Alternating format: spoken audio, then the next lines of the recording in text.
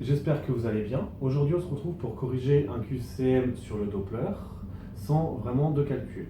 Ça va être juste un QCM basé donc, sur de la réflexion, dire donc, dans quel sens est le décalage spectral et deviner donc, les nouvelles vitesses et les nouveaux rayons. Donc on vous dit que vous réalisez une échographie Doppler sur un patient couché sur son artère fémorale.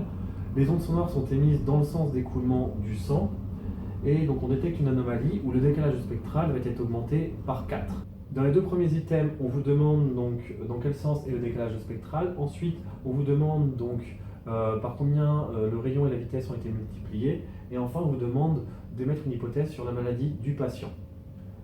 Donc item A, dans l'artère saine, le décalage spectral est négatif. Donc ça, c'est vrai parce qu'on vous dit donc, que les ondes sonores sont émises dans le sens d'écoulement du sang.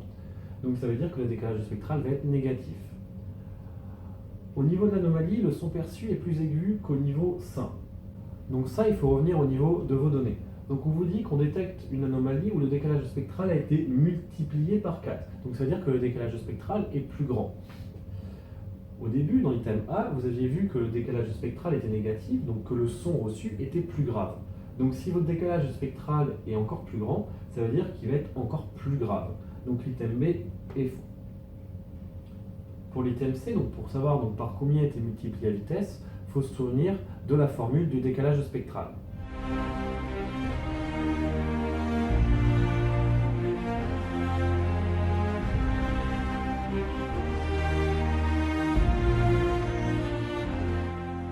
Donc ici, F0, ça va représenter donc, la fréquence d'émission de nos ultrasons, qui va être constante au niveau de l'anomalie et au niveau sain.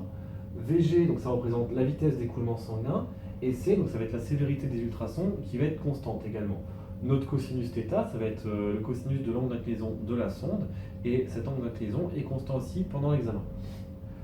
Donc seule la vitesse va être susceptible de varier. Nous voyons que la vitesse est au numérateur. Donc si notre décalage spectral est augmenté par 4, donc est multiplié par 4, notre vitesse est nécessairement elle aussi multipliée par 4, donc l'item C est vrai.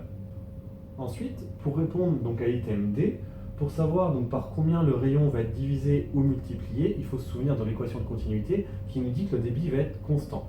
Donc ça veut dire que vous pouvez écrire donc S1 fois V1 égale S2 fois V2.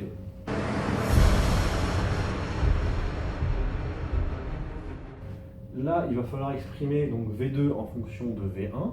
Donc si votre vitesse au niveau de l'anomalie est 4 fois supérieure, vous pouvez dire V2 égale 4 fois V1. Et ensuite, vous développez pour exprimer votre rayon 1 en fonction de votre rayon 2.